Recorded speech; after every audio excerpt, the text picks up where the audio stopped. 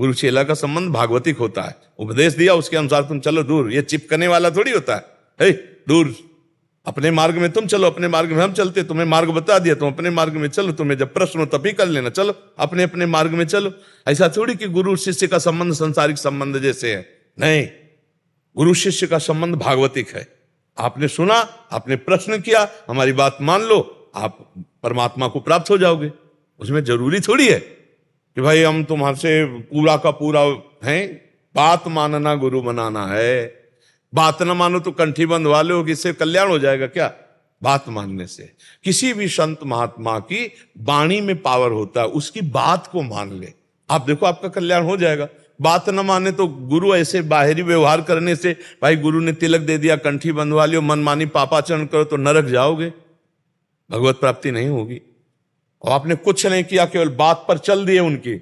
लाखों लोग संतों की बात पे चल देते, वो मिलने बाद में आते हैं। जैसे यहाँ कई लोग आते हैं कि हम 6 महीने से आपका सत्संग सुन रहे हैं, हमारा सुधार हो गया है, और मिलने 6 महीने बाद आ रहे हैं। तो किसने सुधार किया? वाणी ने, शब्द ने सुधार कर दिया। शब्द मानना ही गुरु के शब्द ही हैं, जिनको मानना ही गुरु मानना है। हम उनकी बात मानकर अपना जीवन उनकी आज्ञा पे चला दिया, हो गई बात। द्रोणाचार्य ने शिष्य नहीं माना एकलव्य को, एकलव्य ने द्रोणाचार्य को गुरु मान लिया, तो अर्जुन से भी बड़ा धनुर्धर था। मानने से होती, बात मान लिया, उनकी आज्ञा पे चल दिए। गुरु भी ना माने शिष्य, गुरु के माने थोड़ी होता है, शिष्य के माने होता है। हम आपको प्रभु मानते हैं, हम आपकी बात पर चलेंगे, हमने आपको अपना प्राणाराध्य मान लिया, हो गई बात। इसे कहते हैं गुरु मानना। जैसे पहले का समय था, उसमें मन भटकता नहीं था। अभी लोगों का मन इतना भटका हुआ है कि अभी जैसे आप नहीं, लोगों का यहाँ प्रश्न नहीं होता है, यहाँ अपना प्रश्न होता है। देखो, सत्संग और संतों से बात की जाती है डायरेक्ट। हम लोगों को लेके बात नहीं करते। लोगों का, अगर आप प्रधानमंत्री हो तो आप लोगों के, क्योंकि पूरा राष्ट्र का भार आपके ऊपर है, राष्ट्रपति हो तो आप प्रश्न कर सकते हैं। देखो, सत्संग अध्यात्म स्वयं सुधार के लिए होता है। यदि हम अपने सुधार की बात करें तो लोगों का सुधार अपने आप होता चला जाएगा। हमारे परमाणु ऐसे बनेंगे, हमारा व्यवहार ऐसा होगा। अगर हम सुधर गए तो हमारे से 2-4 सुधर जाएंगे, और 2-4 से 10-20 सुधर जाएंगे, 10-20 से हो सकता है पूरा माहौल बदल जाए।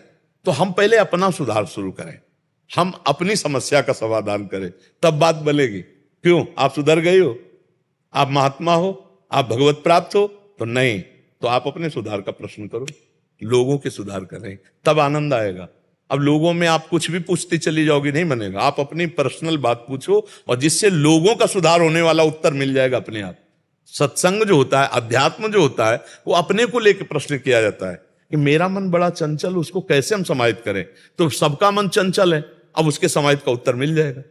अब हम लोग क्या करते हैं, अपने को छुपा करके, फिर तो हमारा उत्तर नहीं काम करेगा। हमारा उत्तर डायरेक्ट काम करता है। हमारे यहाँ प्रश्न होता है आपकी कमी के सुधार के लिए, उसका लाखों लाभ ले लें, वो बात अलग है। प्रश्न आपका होगा, कमी आपकी होगी, सुधार लाखों का होगा। समझ पा रहे हैं आप? मेरे में तीव्र लगन की बहुत कमी है, तीव्र लगन की बहुत कमी है। तीव्र लगन, जो हमारा महत्व प्रभु में लग जाए ना।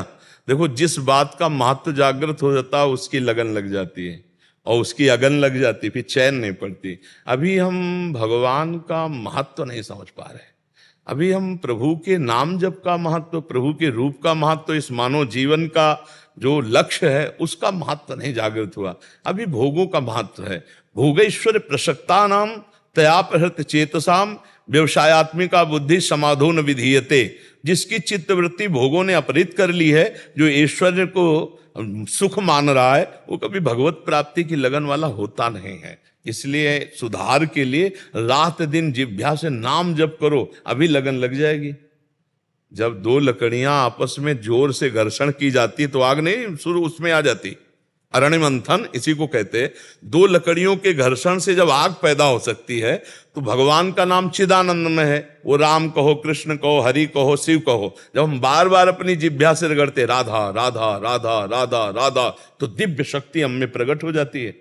हमारी नष्ट हो जाती हैं असत भावनाएं, और सद्भावना का प्रकाश हो जाता है। आज तक कोई कितना भी बड़ा महात्मा हो, उसके मूल में भगवत भजन है। अगर भगवान का चिंतन नहीं, भजन नहीं, ब्रह्म चिंतन नहीं, आत्म चिंतन नहीं, कुछ नहीं है।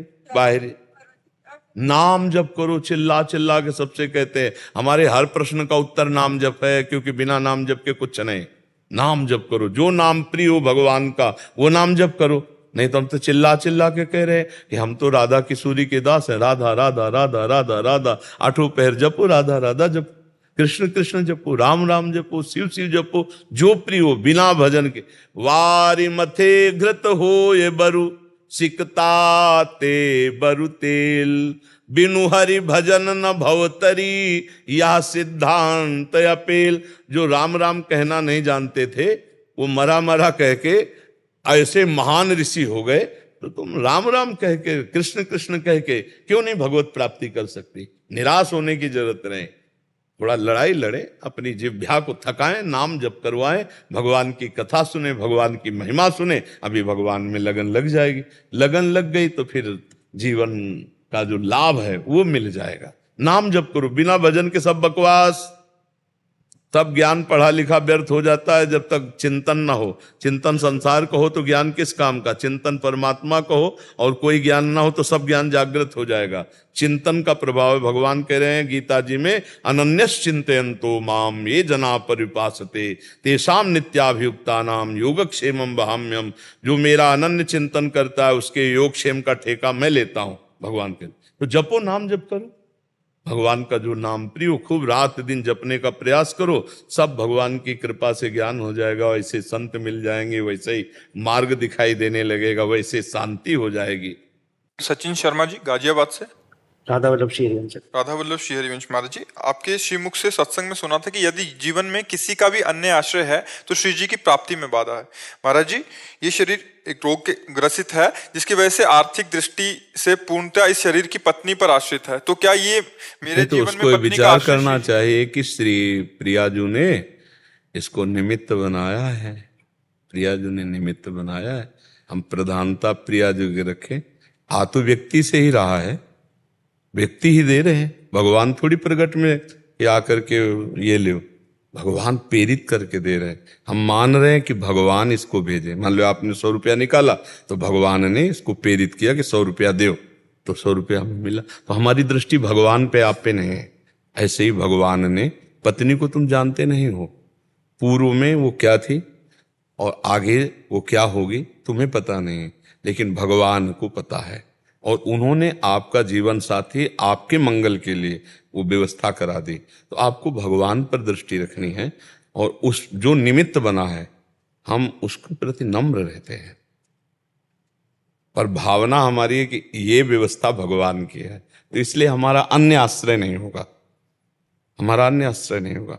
जैसे अब हम आंख मूंद करके बैठे और सोचें कि हमारी व्यवस्था किससे चलती है, तो हमारी सीधी दृष्टि में आना चाहिए प्रभु वही सब कर रहे हैं। चाहे वो पत्नी रूप ले लें, चाहे वो मित्र रूप ले लें, भगत रूप ले लें, कोई रूप ले लें, वही कर रहे हैं, दूसरा कोई नहीं कर रहा। बस ये भावना संभालनी है। कर तो कोई रहा है ही है ना, किसी न किसी रूप में आ रहा है, वो उसी से व्यवस्था हो रही। लेकिन वो कोई जो दे रहा है वो हमारा भगवान है। सिर्फ आप जैसे तो हमें लग रहा है भगवान ने प्रेरित करके भेजा, इसलिए ऐसा है। भगवान का भाव हमारा आंतरिक रहना चाहिए। जैसे हमें किसी ने संभाला तो हम उसे साक्षात भगवान देखते हैं कि अरे हम तो गिर रहे थे, लेकिन ये जो दौड़ के आके पकड़ा ये मेरे भगवान है। हमारी दृष्टि व्यक्ति पर नहीं जाती, वो भगवान पर जाती है कि अरे भगवान है, तो भगवान के सिवा वो कोई है नहीं, ये शास्त्रों में लिखा हुआ है। तो फिर हम यही बात माने कि पत्नी में भगवान ही बैठ कर तो हमारी सेवा कर रही है। बस ये भाव रखना है। एक बार हम ट्रेन में जा रहे थे, भ्रमण कर रहे थे, तो महोबा से किसी ने हमें बैठाल दिया।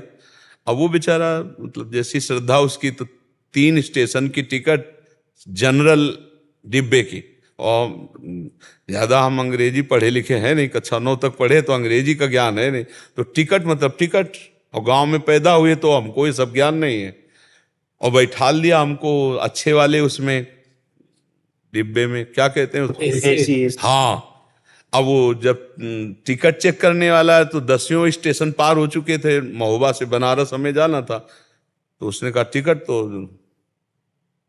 उसने कहा ये टिकट तो 3 स्टेशन की और जनरल की है, कहाँ जा रहे हो? उनका वाराणसी। तो बड़े अभद्र तरीके से वो बात कर रहे थे, मतलब साधु की वक़्त तो कोई श्रद्धावान जानेगा, संसारिकता में क्या वक़्त जाने। तो ऐसे अभद्र शब्दों का प्रयोग करके और खड़े हो।